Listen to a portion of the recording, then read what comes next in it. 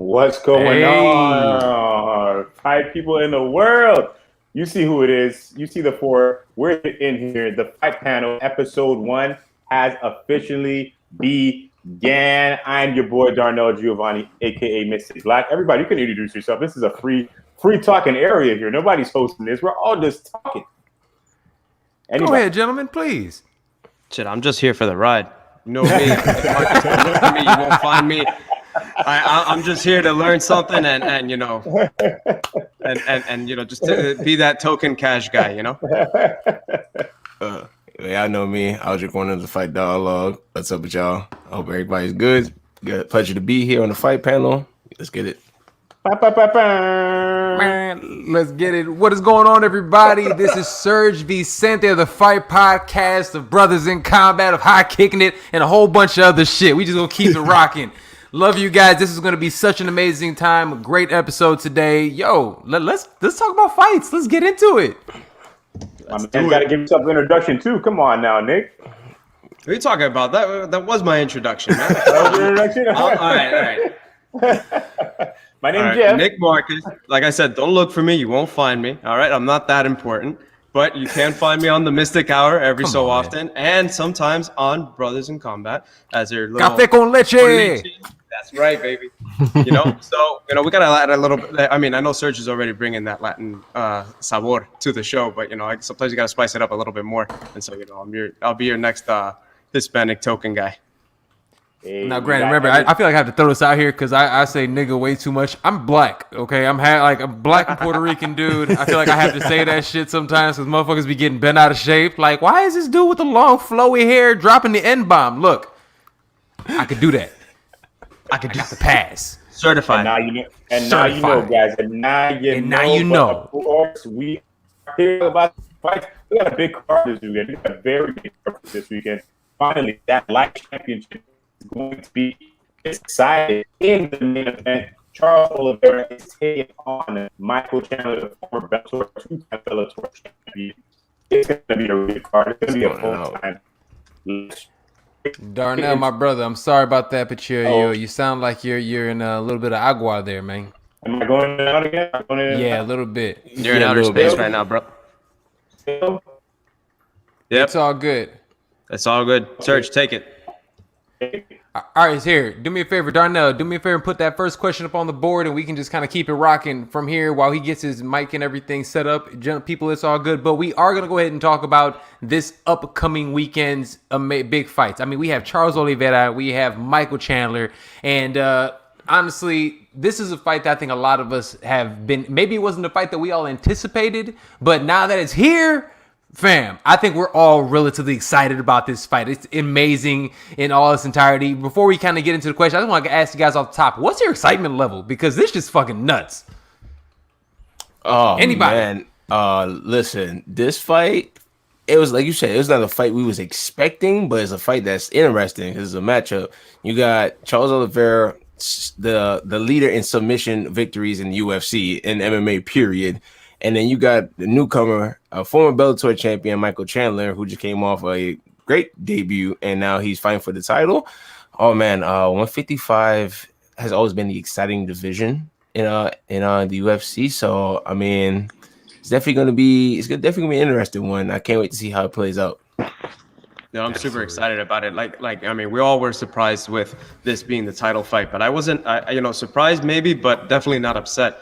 I'm super excited. I'm glad that these guys got the opportunity to come in here because Chandler, after that fantastic debut and obviously his record, his repertoire with Bellator, and then Charles Oliveira always being that dark horse and kind of being overlooked, to finally actually, for a guy that has the most submissions to finally get some recognition. And what better way to give him recognition to give him a title fight?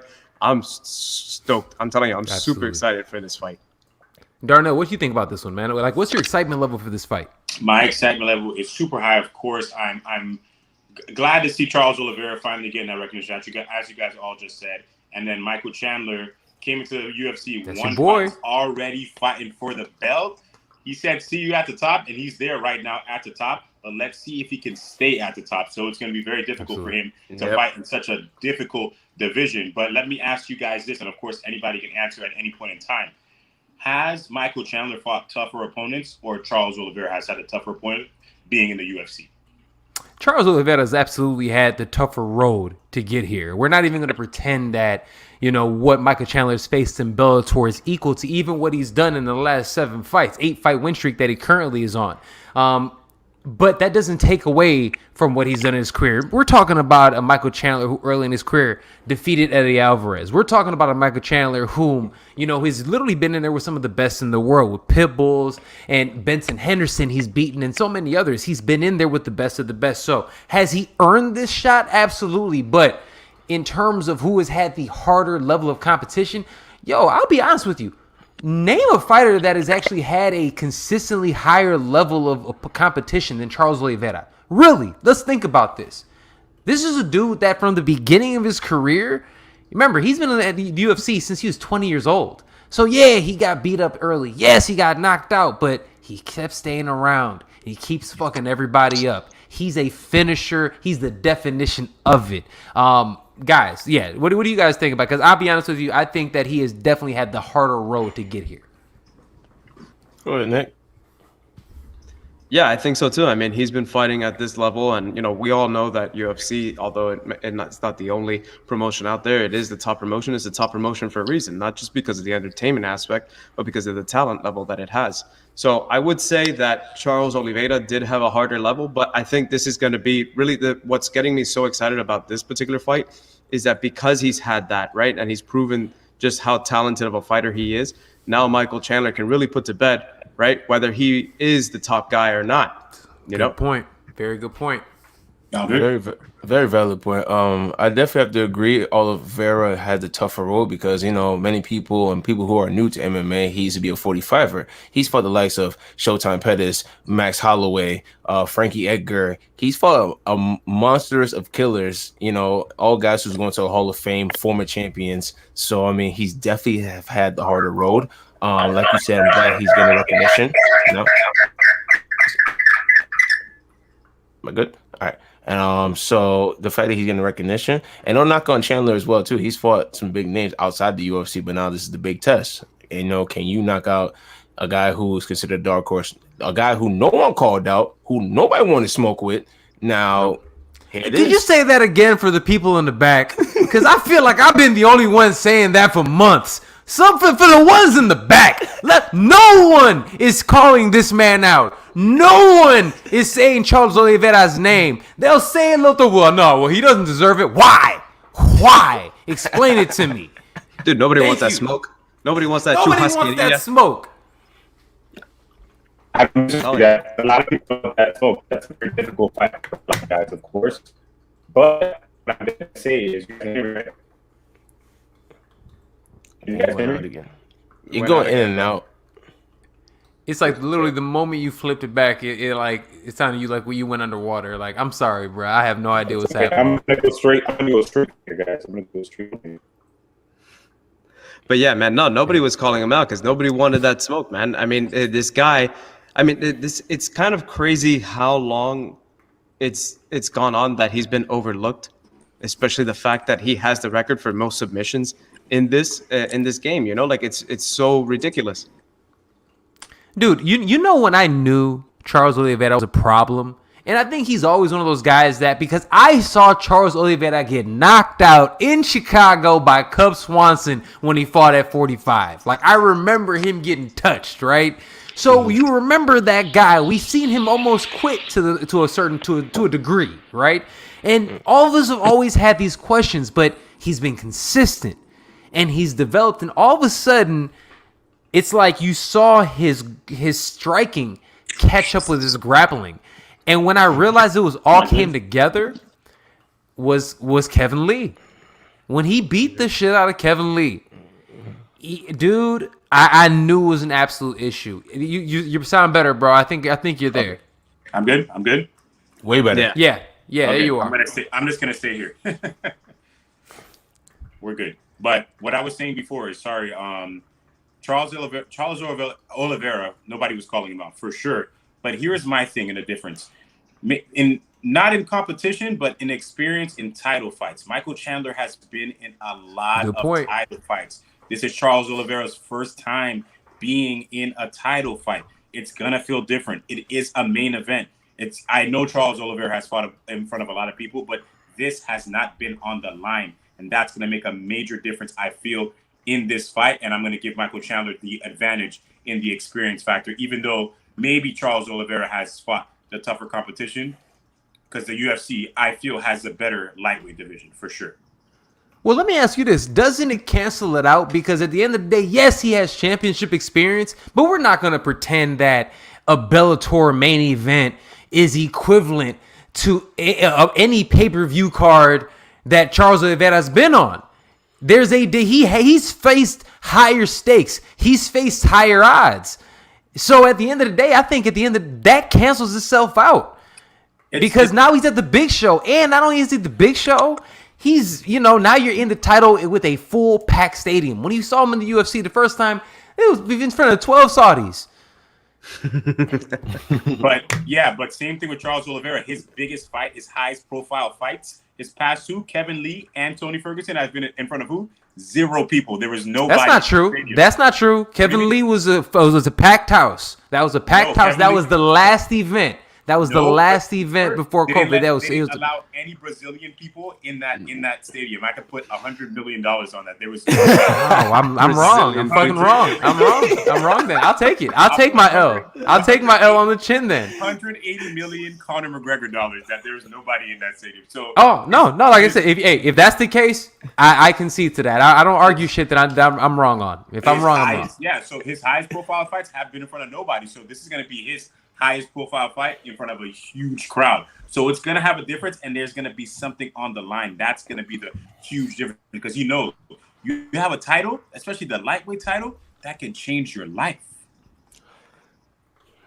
I mean, look, I'm not going to sit there and say that I wasn't the guy that I believe sat on a very similar panel to this at the end of 2020 and said by the end of 2021, Charles Oliveira will be the champion. So I'm sticking with my guns with this one, and I still believe that he is the guy that has faced the better competition. He's been in there with the tougher opponents, and I feel like he has been in there since he's been in there with the tougher opponents. The stakes have always been higher for Charles Oliveira, and the difference between the weight classes, he's faced championship caliber fighters.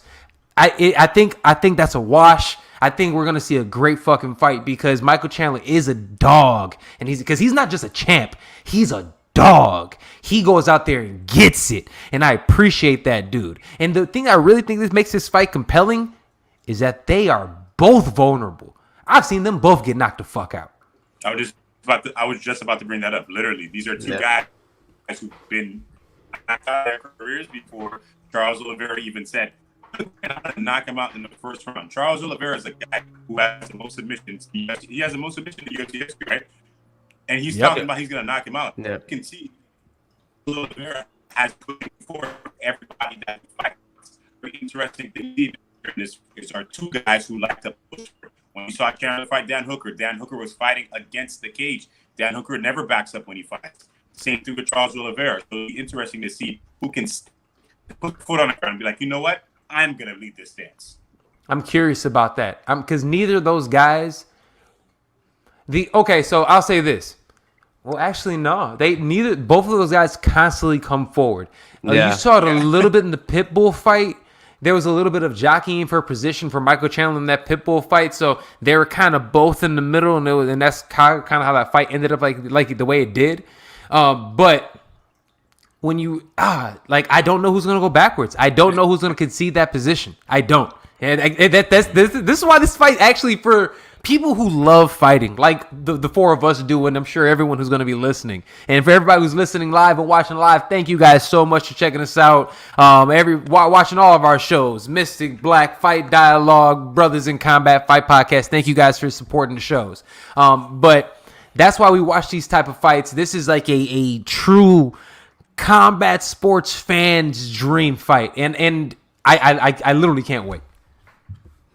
Yeah, it's actually going to be that's probably the most exciting aspect about this fight, right? Is the fact that these two guys are guys that are well known for, not really backing up and kind of figuring out the game. They're usually the ones that take control of the fight, and the fact that these two are going to, it's going to be interesting to see like who's going to be the one in a sense to, it's like a game of chicken. Who's going to be the one to swerve first out of the way? Because I mean, I don't see Charles Oliveira doing it, and I don't see Michael Chandler doing it, because I think both of them, even though I feel the demeanor is a little bit different, but I feel that both of them just exude confidence in their Two game. alpha And motherfuckers. yeah, exactly. Like it's just it's insane. Like it's hard to really pick a beta in this matchup, and so that's why I'm happy to see that it's going to happen, because that's the only way we're going to be able to find out.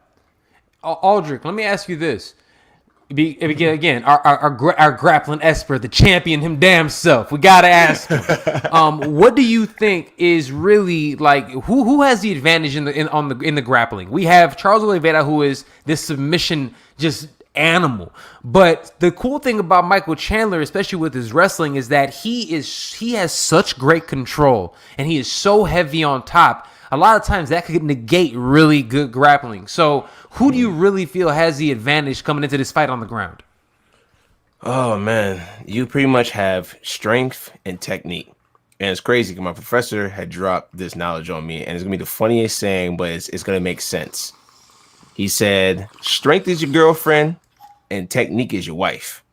Most people think like, oh, what does that mean? So you think about it. Strength is going to be the first thing to go. So, of course, Chandler has that strength. He has that cardio and stuff. Olivera has the technique. He's technical. Because even Chandler said so himself. It's a guy I can't sleep on because he has slick submission, slick jiu-jitsu. So you got to be aware he's constantly on attack. So if Olivera's on his back, don't think it's going to be easy ground and pound. No, you got to watch out for these submissions. He could throw up a triangle. He could throw up an arm bar, catch you in a nasty guillotine. You know, a lot of people fell victim to that. Kevin Lee being one of them. And you saw he almost snapped Tony Ferguson's arm in two. Like we all saw that. Like oh my couple more seconds, that thing was gone. So 10 more seconds, he would have had a chicken dinner, a wing dinner. And so go ahead. I'll be sorry. So strength wise, I'm giving it to Chandler. But as far as on a technical aspect, I'm giving it to Olivera. So this is going to be a game of chess of who is going to outwork each other technically. And Michael Chandler has never been submitted. That's another thing too. Never been submitted. So this is going to be very interesting in so many different aspects of this fight. But guys, I love talking about this, but we got to get to the predictions. What are we feeling? What are we feeling about this fight? Who's going to take it? Go ahead, Nick. You take that one. Christ, man, you guys really like to pick on me with this shit. What's it called? Man, this is tough. Honestly, like, because it's all valid, like all valid points, you know, like especially what Aldrich was just saying about technique versus strength, and I feel that Michael Chandler, I feel that actually that Charles Oliveira has more to lose in this, because I feel like Michael Chandler, like he's gonna have the excuse, even though it's not really. I don't think it should be an excuse that should be like used or as like a cushion, but you know the fact that he's a newcomer and everything. So I feel like this isn't going to be the last opportunity at a title fight if he loses. But I feel that with Charles Oliveira, if he does lose, then you know he's going to continue to get overlooked, undeservingly so. But that being said, Charles has got technique, but I think that Mike is just that hungry. And I think that Mike, the only way that he can win this, and I think is the way that he is going to win it, is if he comes out like he did with Dan Hooker and just completely overwhelms him. And he's just like, what the fuck? I did not think that this guy was that crazy. I mean, I heard stories, but this guy's fucking crazy. So I think that's exactly what's going to happen. I think, unfortunately for Charles Oliveira, I don't see him winning it right now. I mean, granted, that can always change. We're only here on Wednesday. We got to see how the weigh-ins go. And then, you know, obviously how we're getting that gut feeling on Saturday morning. But I think I see Chandler walking out of this one with that belt. All right, I'll go next. I don't mind. You know, Serge with his fucking T in the back. I know. I'm just gonna leave for when he comes out with his pick. This is gonna be so difficult because Charles Oliveira throws a lot of knees when somebody tries to get in. If you try to take him down, he could submit you pretty easily.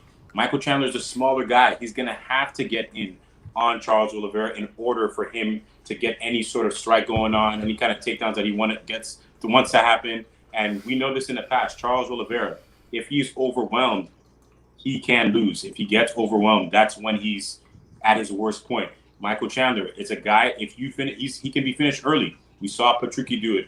We saw who else knocked him, Will Brooks did it twice, which is twice. You know, yep. It can happen.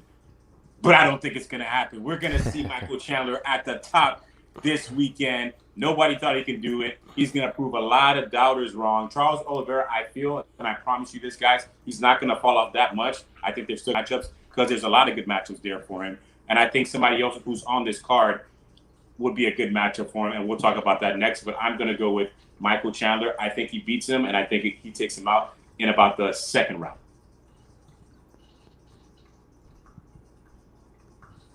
So the Florida boys, huh? Y'all, you Florida boys stick together. Look at you guys. You gotta be crazy to live down here, bro. We gotta back each other up. I understand. No hate. And look, all jokes aside, I am a fan of Michael Chandler, and I think he's great. I just don't think it's his time. It's unfortunate. I think his prime and everything. Yes, he went out there and he beat a great Dan Hooker and everything, and I think he's still one of the top 5 guys in this weight class. But I'd be lying to you if I said I think he's going to beat Charles Oliveira. He's not. He doesn't have enough ways to win, and I just think that Charles Oliveira right now is a guy in his prime. He is in a win streak. He hasn't looked human for the last 2 years. And he is consistently still getting better. And one of the things that he currently has right now is confidence. He's finally at a spot where he actually fully believes in himself that he is the best fighter in the world. And you see it when he goes out there with the blonde hair and the green the yellow trunks. Dude is ready to go out there and ball. I think stylistically, he's a terrible matchup for Michael Chandler because of a couple different things. The height and the striking. There's a huge height difference in Serge. What? Dan Hooker, I know. Fuck out of here. I don't care about that shit. It's a height difference and also the way he does it. Like Darnell said, he throws those knees directly up the middle. And I think he can take the fight wherever he wants. The person who wins the fight is the person that dictates where the fight goes. Charles Oliveira can do that. I think Charles Oliveira wins this fight however he wants to, but I'd say 3rd round submission. All right. You already know. I'm gonna go bias on this one. I love both men, but do Bronx easily. Jiu-jitsu. And this is not to discredit people, but he's a definition of a true, legit black belt, and it's gonna come down to a finish, and he has more weapons, and I see him win via guillotine second round. I love it. You heard it right. Short and sweet. It's the weapons. I love it. Yes. That's good. I love those picks. But we got a barn burner in that co-main event. My God. Tony Ferguson taking on Beneil Dariush. Finally, Beneil Dariush. Is it a barn burner, though? Is it? 100% a barn burner because the way that Dariush has fought recently and the way that Tony Ferguson always fights, this is kind of the perfect they're going to go at it. And even Dariush said it. If Tony Ferguson gets crazy, I'm gonna get crazier. And the way that it's crazy. Sure, you don't think this is gonna be a barn burner of a fight? I think he cut out. Nah, he's just shocked. Huh? No, I think Serge is doing something. Wait, am I frozen? No, you're good. There you go. My bad, gentlemen. My bad. I couldn't hear you guys. My sound went out for a second for some reason. In there, just like he's like, it's not me. Not me. There you go. Actually, here, let me fix it one more time. Okay, can you hear me? There you go. Yeah. All right. Fuck this. Those are dead. So, I can hear you guys. I'm sorry. What was the question? I missed it. My bad. You don't think that this is going to be a barn burner of a fight? Here's my thing. Is Tony Ferguson washed? That's my question. Is Tony Ferguson, and I'm not saying it to be mean. I'm not saying it to be, he's one of those guys that we forget the weight class and the age. At those, he's what, 37, 38 now? How old is he? 37. 37? Dude, you get old overnight. And he's taken a lot of damage in his career. We can't just sit there and look at the Justin Gaethje fight and all of a sudden say that's the only fight he took damage. Shit, we talk about Kevin Lee. Look at the Kevin Lee fight. Look at the Barbosa fight. Look at all these fights. He's always taken and absorbed just a crazy amount of damage, and that's why we love him. He's a fucking savage. But the last couple fights, and yeah, it was to Charles Oliveira and it was to Justin Gaethje too, who arguably might be the 2 best guys in the division. Truly, they might be, and it just might be the case. Or just like what we saw with Tyron Woodley, he just got old. He's definitely going up there in age for sure. And is he going towards a Donald Cerrone kind of thing? You see, that's like him too. Take a lot of these damages in their previous fights. I understand that, but I feel like the Beneil fight is going to be something that shows us if Tony's still there or he's not. If he loses this fight, I don't think we do it.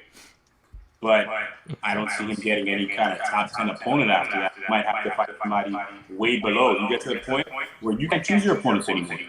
I know Tony Ferguson's a crazy guy. I know he's going to go over there and just say crazy stuff.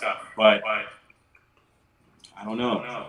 This is a very interesting. But let me ask you guys, is this the person that's going to connect up for a title? I know Justin Gaethje's there, but he's not fighting anybody. Is this a Justin Gaethje sweepstakes?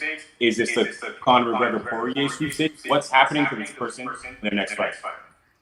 One second. Quick second. Oh, somebody has an echo. I think it might be Serge. It's probably me now. I'll fix it. Okay, no problem. But as far as this fight, pretty much next person is fighting Justin Gaethje. Because here's why. I mean, Justin Gaethje is still number one contender in the division, if I'm not mistaken. But I heard the rankings was pretty fucked this week. I think it's two. Yeah. But next person fights Justin Gaethje because honestly, if you think about it, whoever wins between Poirier and McGregor, they're getting the shot at the title next. I mean, it's without a doubt. Yeah. So I mean. Next person who wins is Gaethje. Honestly, I feel like Ferguson goes out and shows us to be Tony Ferguson of old, like the one who's on that win streak for like 6 years. He gets to right this wrong against Justin Gaethje. But you got a guy in Beneil Dariush who is a lightweight staple, and he's making a come up. Like pretty much, this as Serge would say in his vocabulary, the litmus test, and he knows. And Dariush passes this test. You can't deny a man top 5 opponent. Like he even said so. He's one of top guys. He's not even thinking about the title right now. He wants to get the title, but he said, "I want top opponents." In a way, he feel like he's been disrespected. He beats Ferguson. You get a shot at Justin Gaethje. Let me ask you guys this question. I like that. Is it smart for Beneil to do this? I'm going to go crazy with Tony Ferguson and go toe with him and do this fight of the night kind of fight. Or should Beneil go in there, look for a finish, and show that he is ready to fight somebody in the top 3 and to fight for a title? Does Beneil know how to do anything else? Yeah, I mean, depending on Beneil we're talking about, because Beneil of old would be, I'm going to fight technically. Now Beneil is just going crazy and having these kind of fights. But is it? I think that's what got him to the show. I think he understands that's what he has to do to win. He's getting finishes. He's getting paid. He got a baby on the way. My man's out here trying to get that cash. He's trying to collect that bag. Very true. I think he's going to go out there to get him. But very true. But he's looking at Tony Ferguson, who basically did the same exact thing. And look at Tony Ferguson now, filled with a lot of just like, I can't even do this anymore. Too much damage has been taken. Shouldn't he take a little bit page out of Tony Ferguson's book and probably not do that? Has any somebody? I'm sorry, guys. Go ahead. I mean, what I was just gonna say about this fight in general is that like it's really interesting when you look at where these guys are at in their careers, right? Because you look at the last 2 fights that Tony has had, and obviously they haven't gone to his favor. He's looked, perhaps on his way to being washed as we might be, can perceive because of his previous performances. And then you have somebody like the Assyrian and Beneil that he's finally coming up, he's finally getting recognition. And so these are the type, I feel like this type of fight is, for Beneil, it's going to be, okay, like this is where I get to go to the next level of guys, in the sense that Tony is now the gatekeeper because he's not a reflection of what he once was. And then Tony wants to prove that to be incorrect. He wants to prove that to be false and saying that, look, I still got it. I'll beat this guy who's, highly ranked. I think he's 8th or something like that, and show you that I still belong with these top 6 guys. So it's going to be, that's what captures my interest the most out of this fight, is especially the segue that it's going to be for Dariush. But I think he has to go crazy because that's what the UFC wants, right? And obviously it's worked out for him, and he's going to have to be crazy, if not just for Ferguson, but the guys that come after Ferguson if he wins this fight. So, I mean, you can't be just, this, calm, tactful guy at the same time. I mean, granted, use it to don't completely get rid of it, but at the same time, just continue what you're doing, right? If you don't change something, you're never going to progress, right? You're just going to stay stagnant. So obviously he's got to try something new, and it's been working for him. So might as well keep doing it. Mm-hmm. Well said, sir. Go ahead, Serge. You were going to say something before, right? No, I mean, Nick, I think stated that great. I mean, at the end of the day, I believe that Dariush is one of those guys that, I think he's going to go crazy because that's what he is. But I think he still is he's always had a little bit of a balance. You know what I mean? He goes crazy in there. He does his thing, but he still is, and he can, revert back to that guy if he needs be, if he gets like too wild. But I think that's what makes this fight so it makes it compelling, right? If Tony Ferguson is still Tony Ferguson, this is fight of the night. If Tony Ferguson is not who he used to be, and if he really is starting to become a shell of himself, I think it could be a real showcase night for Dariush. Can I say something? I think what Tony Ferguson did, and this is going to sound far-fetched, but I think what Tony Ferguson did in the Charles Oliveira fight was a little bit kind of smart, because what Charles Oliveira, if you watch his style, the moment you do something like crazy, you jump, whatever, he catches you. And Tony Ferguson wasn't trying to move too much, because if you were to move, he would have got caught in something. I'm not saying Charles Oliveira didn't dominate him. 100% he did. But I think Tony Ferguson kind of fought smart in that fight because of the style of Charles Oliveira. That's just something that I was watching because I rewatched that fight. I'm just like, you know what? That was kind of smart on him, because if he were to jump out of something, Charles Oliveira catches people like that every single time. That's how he gets his submission victories. But if Tony Ferguson wins this fight, let's say he does win this fight, who would he fight next? Because he got killed by Justin Gaethje. I'm not sure I want to watch that again. And then does he fight maybe Islam, Rafael again? Like what happens to Tony Ferguson? There it is. I think you said it. I think you said the name. They're going to feed him to Islam. That's what's going to happen. They're going to feed him to Islam. And Islam's going to drag him. Do you agree, Aldrich?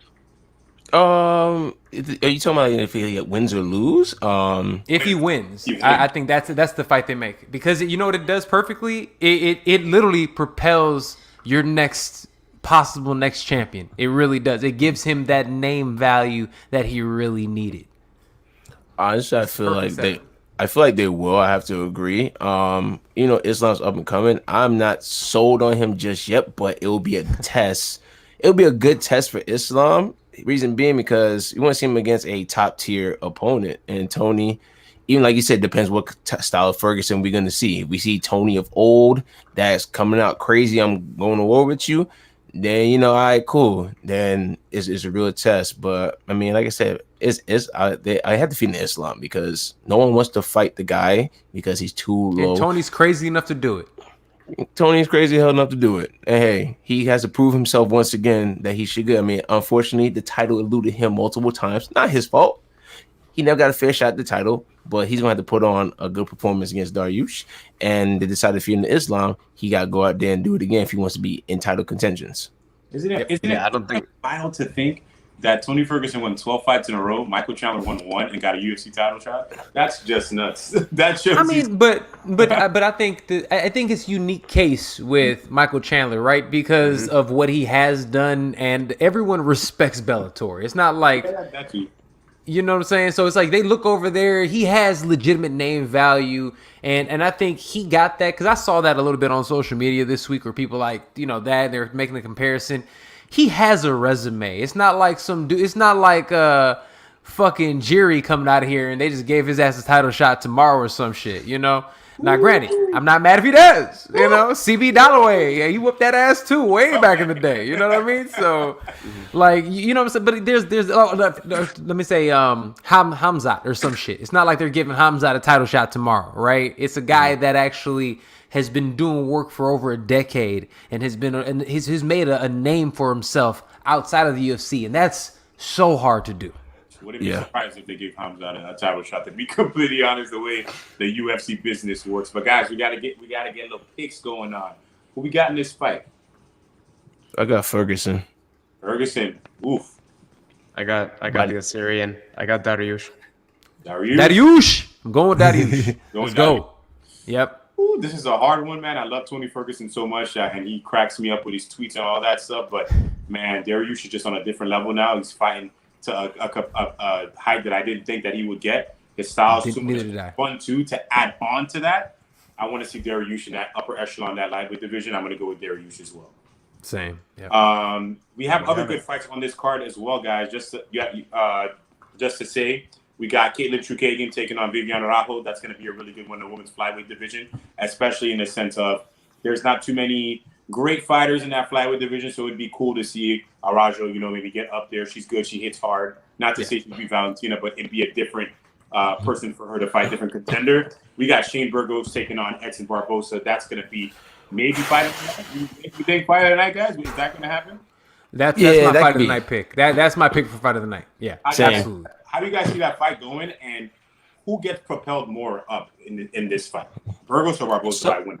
If Burgos knocks him out and wins viciously, it propels Shane Burgos more than if Edson Barbosa wins big. Okay. Yeah, I have to concur with that. Just because Barbosa, prior to his last fight, he lost 3 in a row, whereas it's almost like a mirror effect with Shane Burgos that he's coming off that tough loss against Josh Emmett which actually was an incredible performance by Josh last year. But he was in winning ways before that. So I'm gonna have to agree with that point. Andre? I gotta agree with that too, man. There's definitely somebody getting knocked out in this fight. It's gonna end in the first round. It's definitely gonna be a first round knockout. Don't be surprised. But I have to agree. Burgos gets propelled because he's faced tough competition. Like you said, he's faced Emmett. He got smoked by Cater, who was like a top dog in that 45 division too. So I mean, he gets this. And going back to, as Serge would say, the litmus test. He's 6-8, and I just like that. It's like Serge, you gotta get that. You gotta get that on the shirt, man. I do. I think get merch. For real. No, but I think we're gonna see something spinning happen in this fight. I think something is gonna come out of Barbosa. Somebody's gonna spin something. I don't know who it's gonna be, but somebody's gonna get a spin kick to the face, to the body. It's gonna happen in this fight, and this is gonna be a lot of fun. This is the fight to watch tonight, people. If you are listening, make sure you tune into this Don't fight. miss this one. I know it doesn't kick off the card. It should kick off the card. It kicks off the main card. No, Matt Schnell and Rogerio Botonarin kicks off the card.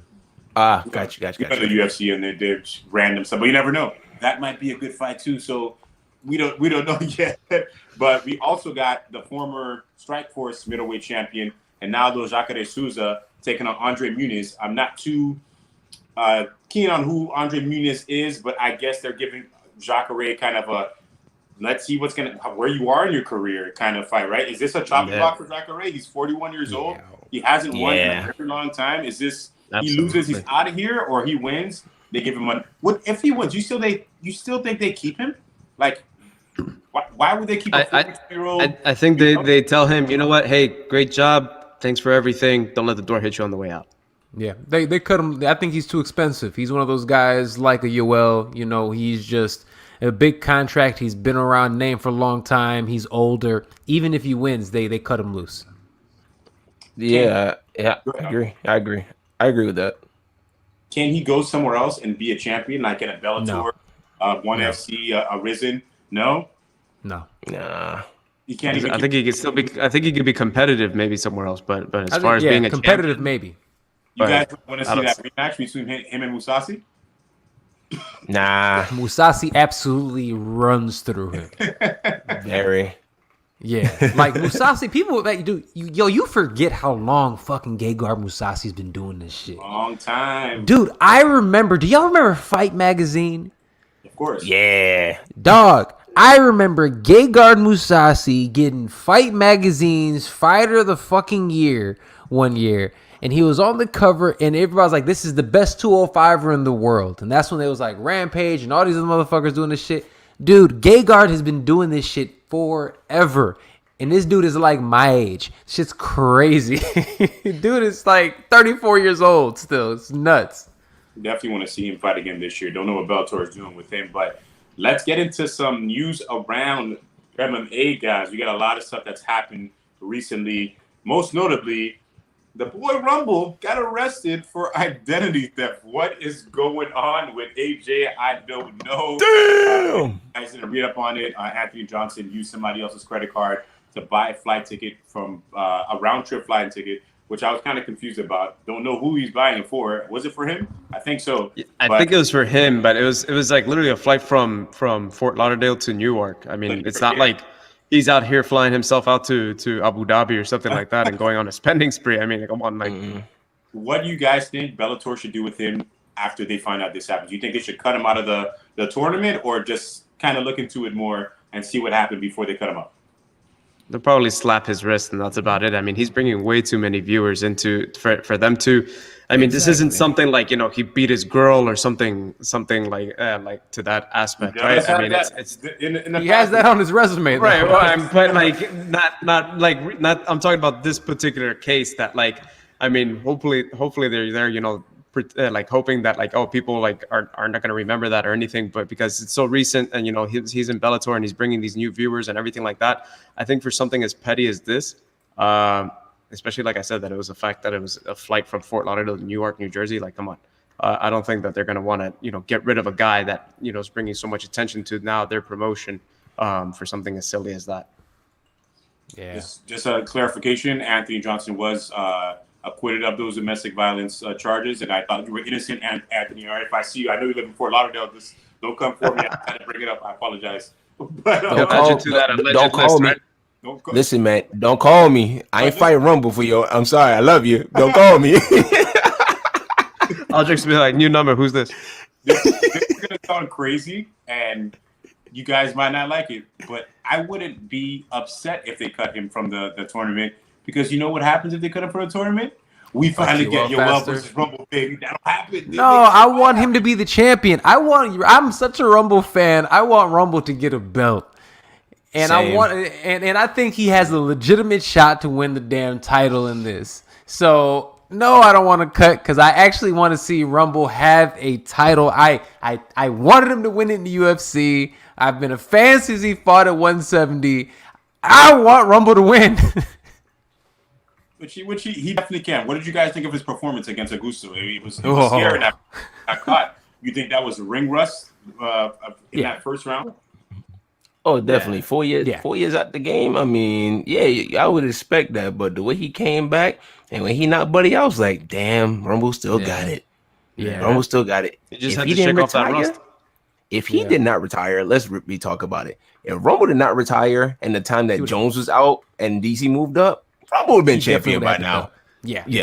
You know what's something crazy too? He looked a little small. Do you guys think he looked a little small? Like he could probably even make like a 185. He didn't look like Jack. He looked lean. I'll say that. He looked lean, right? Yeah, he definitely he looked lean. But I think honestly, I think he was really well conditioned, and I think Rumble's one of those guys that we always looked at. He's never really had the great conditioning, but you can tell his conditioning is great because how quickly he recovered. Yeah. He recovered so quickly. And for somebody to do that, it's just like, and then to come back down from being dropped around before and to have the power because that second round, all of a sudden, he seemed quick again. The first round, he was a little sluggish. He was a little laboring. He was kind of following. And when he got dropped, literally defensively, he just forgot what he was doing. He just got defensively irresponsible and got cracked. Yeah. The second round, it looked like he was back to kind of his that same Rumble bop. He had that little bop going, and right away, fight's done. So I think that I think it was more ring rust than anything else. But I think he also fought a tough fucking dude. Absolutely, he definitely did. I want to bring this up, guys. I know we had a different order, but Kayla Harrison made some comments after her fight in PFL. She said, I don't care if these boxers come in here, which I feel like she was talking about Clarissa Shields. 1,000%. YouTubers, of course, the Paul people, come in here. I think I'm the greatest in the world. The first thing that I thought when I heard that was like, who have you fought? You fought in the lightweight division of PFL. There's not too many people. It's basically the Kayla Harrison division. If she didn't exist, that division would not exist. So that's what I first thought when I heard that. Okay. But then today she said, no, this is my issue. I came into this company thinking I'm going to be the face of this company. Then all of a sudden they bring in all these other guys, Pettis, Verdum, all these other guys, they're the face of this organization now. I thought that was going to be me. And I asked this organization, please sign Cyborg. Please sign these girls so I can fight them and show them I'm the greatest in the world. And they didn't do that. Basically, she said, after these 3 fights, she's gone. How do you guys feel about Kayla Harrison finally getting that competitive, like, blood in her, just to like, you know what? I need to start beating these big name girls because I'm not getting the credit I deserve. Well, go ahead, buddy. Well, one, with all due respect, I had the privilege of watching Kayla fight in person previous season. Girl's good, but you call yourself the best in the world. I'm sorry. Did we forget who Amanda Nunes is? I just want to make sure. You know, y'all teammates, but in the comparison I've been seeing, Kayla and Amanda, respectfully, Amanda's gonna drag her through the floor if they was to fight. Just saying. And on top of that, I understand you wanted to be the face of the company, which I understand. You know, women's MMA has hit that hierarchy trajectory, but let's be real. The names you wanted to sign, Cyborg. All due respect, PFL ain't got Cyborg money. Let's talk about it. They still kind of new and fresh on the block. Cyborg got a better relationship with Scott Coker. On top of that, look at the names you just named. All former champions. Verdum, UFC champion. Anthony Showtime Pettis, former champion. I mean, Rory McDonald, big name in the UFC, had one of the most prolific fights against Rory McDonald. Former champion in Bellator. Former champion in Bellator. You're trying to compare and build your image off with guys who were former champions in different organizations. Of course, you haven't fought any big name person, so you're still bringing that repertoire so you get some respect on your name.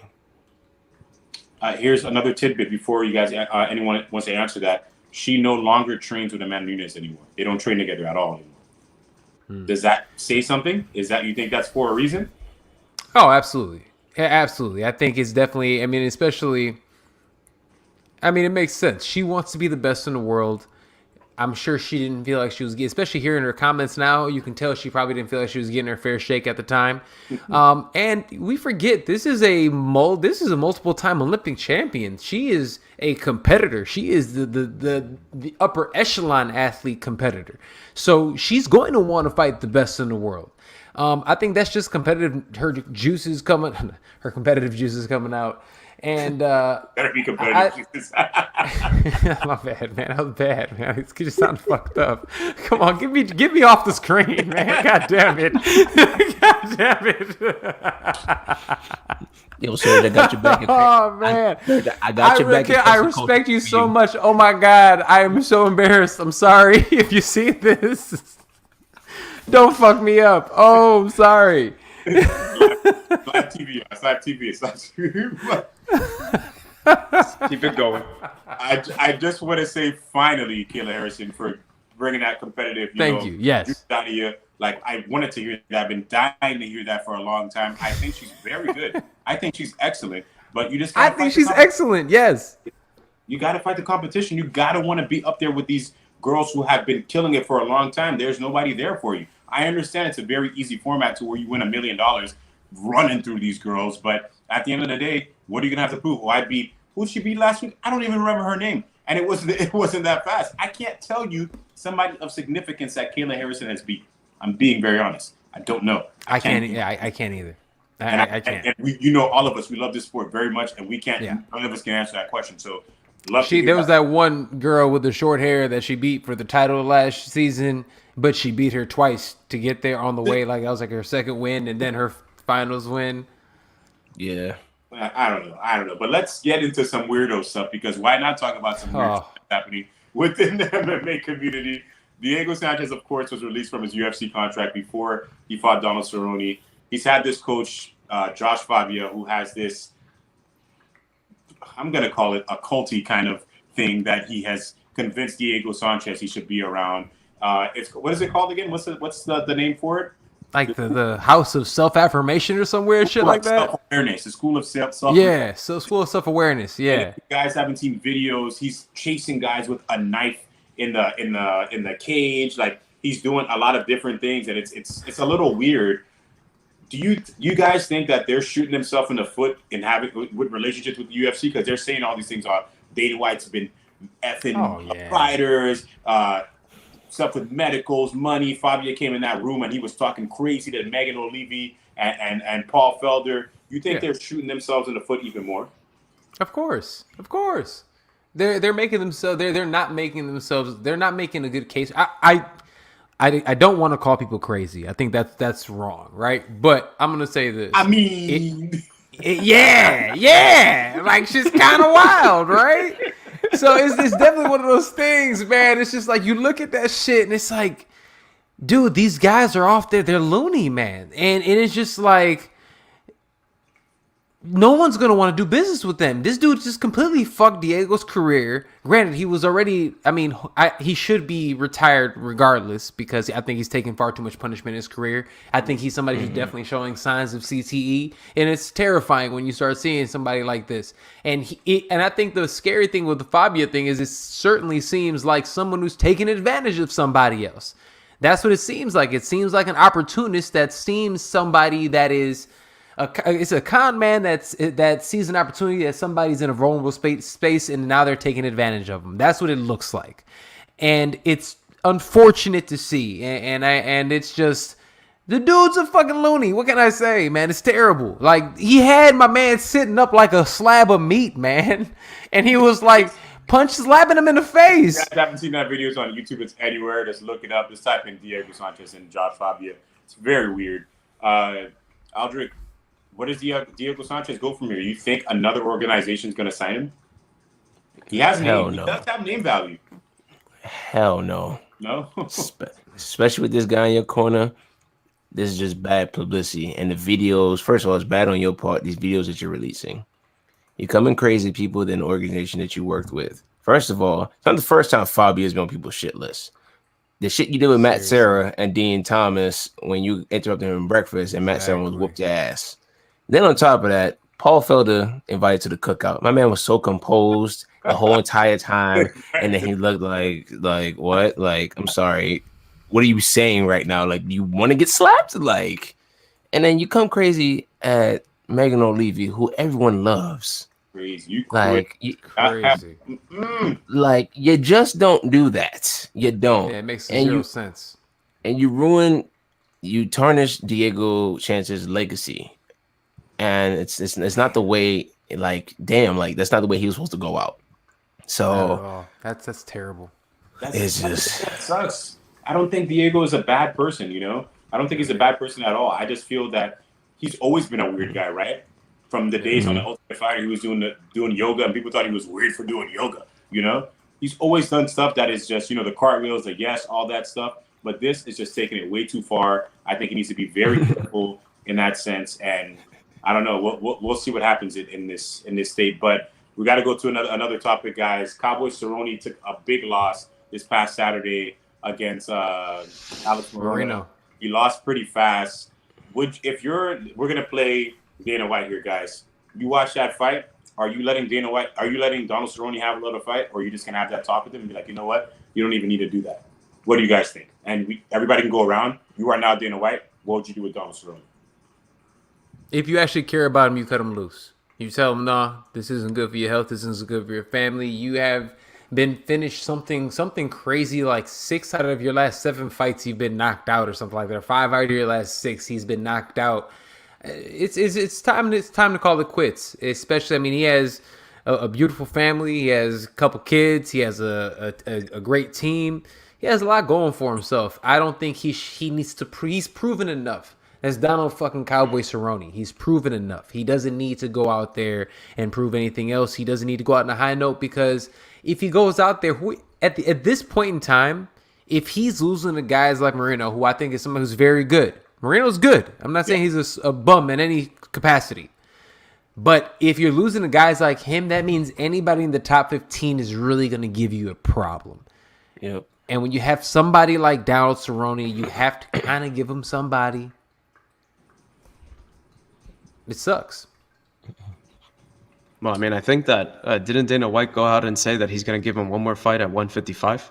Yeah, something crazy. Yeah. So if it was me, I think it's kind of like I mean, we all saw what happened with Anderson Silva in his last UFC fight, right? It's just like, dude, like, come on, you're beating a dead horse. It gets to that point where, and in this case, you were talking about the cowboy, so I suppose that analogy is appropriate. But yeah, it's just you get to a point of your career, like, man, what do you have more to prove? You know, like you've made plenty of money, you've had a great career with us. You know, why keep getting these utter beatdowns that is gonna already your health is affected forever, right? Because of how long you've been fighting and the mileage that you have in this game. Why take more hits? Yeah, if I'm Dana White, I'm telling Cowboy to hang it up. I mean, you've proved enough that in this organization, you're a legend. You fought in WEC, came to the UFC. You fought the best of the best. You got the most wins in UFC history. You got the most bonuses in UFC history, but you have nothing to prove. Your legacy is stamped. Why keep doing this? And like Sir said, you have a family now. Like, you know, you're elevating to a next phase of your life. Going to coaching, you know, you're bringing up guys like Daniel Rodriguez and other people. Like, it's time to hang it up, man. Like, you can't keep going on. Let's not do Anderson Silva. Let's not do Diego. Time to hang that shit up. Yeah, BJ Penn. See soft spots for these guys. Penn. BJ Penn, Rashad Evans, like a lot of these guys giving them too many fights and they're just taking too much damage. Donald Cerrone, you've made plenty of money, plenty of memories, plenty of victories. You don't need to do this anymore. We as fans would love to see you just ride into that sunset and enjoy that life. You got 2 kids, you got a beautiful ranch. Do what you gotta do, brother. This game, we're good. We got a lot of people in both divisions. We don't need to see you take any more damage. But we had a former UFC bantamweight go over to Bellator and claim that title. Another Pettis brother is a champion. Guys, how did you feel seeing Sergio Pettis win that title? Yeah, I was so happy for the dude, man. Like I mean, being a Midwest dude, man. I remember when he first started. And remember when he first came out, that was Anthony Pettis' little brother. That's little Pettis, right? He was nobody. Nobody really thought that much of him. But he kept going. He kept getting better. And then you started seeing like, yo, this dude has skills. And he's not a carbon copy of his brother. He has a totally different style. And he goes out there and he goes after it. And here's the thing. He beat Juan Archuleta, who is a monster. I don't think people understand. Juan Archuleta is an absolute beast. And he 5-rounded him. He blanked him. Yeah. Went out there and just absolutely blanked him. Dude, and you're talking about Juan Archuleta, who does that to everybody. He blanks everybody. He puts a pace on. Dude, you remember what he did to like Ricky Bandejas? He was just too much. He was just so much pressure, and he just comes at waves at you. And Sergio Pettis just the evolution from watching him fight Alex Caceres way back in the day, like in his first, in his first UFC fight, to all the way to now, to see where he is, dude. Salute to the Sergio. Salute to the whole Pettis team, Duke Rufus, everybody. That's amazing. Go ahead. Yep. I'm just wondering, was the Pettis dad a plumber or something? Because that dude lit some pipe. How many of these guys are there? Just 2. Oh, no, 3. There's 3. There's 3. There's at least 3, 4. I don't know, man. Like, 3. Crazy. Like, every time I see all these promotion, I'm like, Pettis. Where's Pettis now? And then I realize it's these guys' brothers. No, I mean that's super cool to see. And then obviously, like Serge was saying, like to be able to do your own thing and sort of get out of your brother's shadow. It's really cool to see. To get out of your brother's shadow, that's so important right there. That was the thing I was always worried about. If Serge cannot become a champion, they're going to keep looking at him as Anthony Pettis' little brother. But now we look at him as his own dude. Pettis, Bellator, bantamweight champion. Monsters in that division, as Sergio mentioned before. But real fast, guys, anything you want to say before we got our last minute here? Of course, I had a lot of fun doing this, guys. We do this regularly via text, via video, all the time, but we just wanted to bring it to the world here. We love this. Anything you want to say, guys, before we go? Oh, thank you guys for listening. I got 2 things to say. All right, one, I don't know if y'all saw Kevin Lee ass coming back and going up to 170. Who you think you should fight? I mean, that's a good thing. I mean, weight cut getting thing. Oh, yeah. And 2, I got a rant. As a John Jones fan, I've grown old and tired of this BS. What's the name? Fight. Stop talking shit. Fight Stipe. Just fight. This fight. I'm tired of it. This fight, dude. I don't even want to. Peace out. No, that's it. No. Okay. Okay. All right, cool. Making sure. Jon Jones, listen. And we went over. Now we can get into this. I'm open to talk about it now. Yeah, there we go. I mean, we're already here. The damage is done. Yeah, damage is done. I don't want to see this Stipe fight. If Jon Jones is gonna fight heavyweight, it's got to be for a title. I'm with you 100%. But I'm gonna be honest with you. I'm at the point now that I'm starting to believe that I'm doubting the fact that he really wants to fight these heavyweights. Like, I'm literally starting to get to that point. I'm annoyed. I just want to see him fight. Dude, like, if he wanted to fight, he would have fought by now. Like, I'm really starting, and you know me, I am Mr. like for the fighters, for the athletes. But it's getting to a point now that it's starting to sound more and more that he's priced himself out. And if that's the case, dude, I mean, I hate to say it, you're either going to have to take what you get or they're going to move on. He thinks that he means more to the organization than he actually does, unfortunately. And at the end of the day, and I think all of us via text and stuff and everything else, we've talked about this before, in terms of champions, he is the lowest selling champion. He's never sold, if it's not with Daniel Cormier, he's never sold over 400,000 pay-per-views. And here's the thing, they get 500 by themselves with ESPN now. So at the end of the day, you're not helping me. You're not doing shit for me. You're not getting that money. And he says he wants to start creating those fights, but create one first before you ask for all that money. You've been in the UFC for 13 fucking years, and now you want to go up and try to create fights? Fuck you, dude. Like, what the hell, man? Like, this is bullshit. You finally want to move up to heavyweight? You could have fought Kane. You could have fought Brock. We could have done all this stuff a long time ago before you pissed hot 3 times. We forget about that. 3 times this dude pissed hot.